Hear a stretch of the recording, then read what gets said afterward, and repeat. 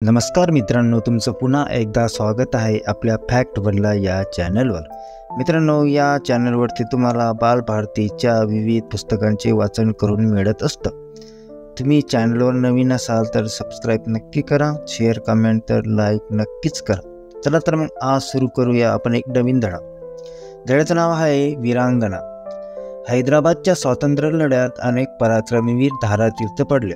अशा पराक्रमी व्यक्तींच्या नामावलीत गोदावरीबाई टेके यांचे नाव प्रामुख्याने घ्यावे लागेल।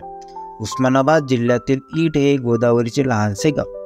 त्यांचे पती किसनराव टेके रजाकारांच्या अत्याचाराविरुद्ध लढत होते। त्यांचा 20 वर्षाचा मुलगा सरहद्दीवरील कॅम्पमधून स्वातंत्र्यासाठी झुंजत होता। दोघेही सत्याचे आणि शस्त्राचे पूजक होते। स्वातंत्र्यासाठी झुंजावे, शत्रूला मारोनी मारावे हे त्यांचे ब्रीद। वाघासारख्या तडपदार किसनरावांना शत्रू दपकून असत। भूम व कळंब तालुक्यातील रजाकार तर सतत त्यांच्या मागावर असत, पण किसनराव त्यांना दाद लागू देत नसत। एकदा निशस्त्र किसनरावांवर रजाकारांनी अचानक घेरले। दुरूनच त्यांच्यावर गोळ्या झाडल्या। किसनराव ठार झाले। पतीच्या निधनाची ही दुःखद वार्ता गोदावरीबाईंच्या कानी आली। मुलगा कॅम्पवर गेलेला, घरी त्या एकट्याच। अशा अवस्थेत त्या अतिशय संतप्त झाल्या। त्यांच्या डोळ्यातून अश्रूंऐवजी सुडाचा अंगावर भडकू लागला। गोदावरीबाई घाबरणाऱ्या नव्हत्या, डगमगणाऱ्या नव्हत्या। वीर मरण पत्करणाऱ्या किसनरावाच्या त्या सहचारिणी होत्या। क्षणभरातच गोदावरीबाईंनी मनाशी काहीतरी निश्चय केला। त्यांनी घराचे दरवाजे लावून घेतले, खुंटीवर अडकवलेली पतीची रायफल हाती घेतली, त्या शस्त्राला वंदन केले आणि त्या स्वतःशीच म्हणाल्या, पतीच्या हत्येचा बदला घेईन तरच त्यांची सहचारिणी शोभेल।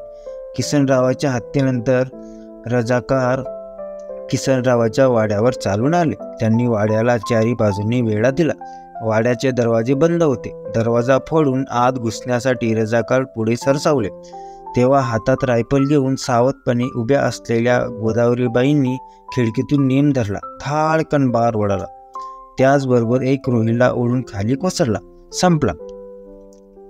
गोदावरीबाईंनी पतीच्या हत्येचा बदला घेतला। रजाकारात भयांची लाट पसरली। वाघिणीने झडप घालून एका रोहिल्याचा फडशा पाडला। इतक्यात दुसरी गोळी सू सू करत रजाकार सैरावैरा पडू लागले। शेवटी त्यांनी घर पेटवायचे ठरवले।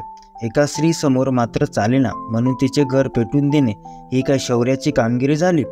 रजाकारांनी वाड्यास आग लावली। गोदावरीबाई वाड्यात कोंडल्या गेल्या। धुराची लोट निघू लागली। वाड्यातून गोळ्या सुसाटत होत्या।